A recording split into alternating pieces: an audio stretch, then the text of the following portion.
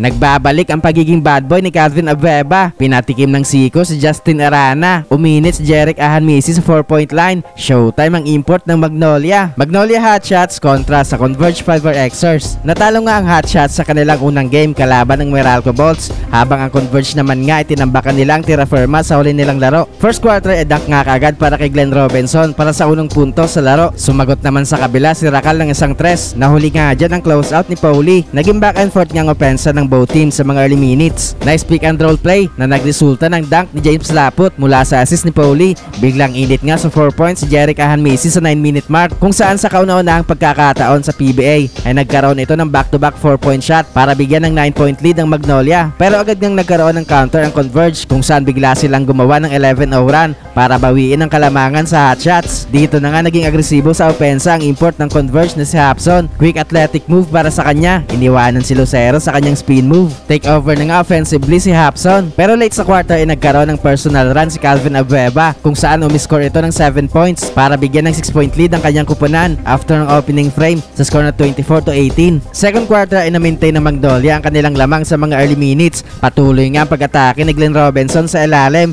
Nag-capitalize naman ang Converge sa 3-point line sa halfway mark. Baba sa dalawa ang kanilang hinahabol after ng top of the key 3-pointer ni Scottie Hapson. Pero after nga niyan ay may sagot agad ang Magnolia. Mainit pa rin nga itong si Calvin Abueva sa opensa. Palitan ng baskets ang both teams patapos ang quarter. Nagkaroon pa ng wing 3-point shot si Robinson para ibalik sa 7 points ang lamang ng Magnolia after ng first half sa score na 48-41. Third quarter ay nakabasket agad si Justin Arana sa ilalim. Pero grabe itong sagot ng Magnolia sa naging alley-oop dunk ni Glenn Robinson mula sa magandang pasa ni Mark Baroka. Patuloy nga itong mainit na opensa ng hotshots, kung saan balik sa double digit ang kanilang lamang sa naging wing 3-point shot ni Pauli. Nagpaparamdam na din nga offensively si Mark Baroka papasok ang halfway mark. Grabe itong ginawa ni Calvin Abueva kay Justin Arana habang nakaupo sa sahig, kung saan nasa pulsa mukha ang Converge superstar. Tinawagan nga dyan ng flagrant penalty 1 si Calvin. Under 4 minutes ay step up si Alex Cabagnot sa opensa ng Converge sa kanyang back-to-back field goal. Good defense na nagresulta sa kanyang transition layup. Pero ito na naman nga si Jerick Ahanmisi na bigla ulit kumana sa 4 points. Ikatlo na nga niya yan sa laro. Umabot na nga sa 20 points ang lamang ng hotshots after ng driving layup ni Xavier Lucero. Tambak pa rin nga ang Converge after ng third frame sa score na 82-66. Fourth quarter ay maganda ang simula ng Magnolia sa opensa sa kanilang 7-2 start,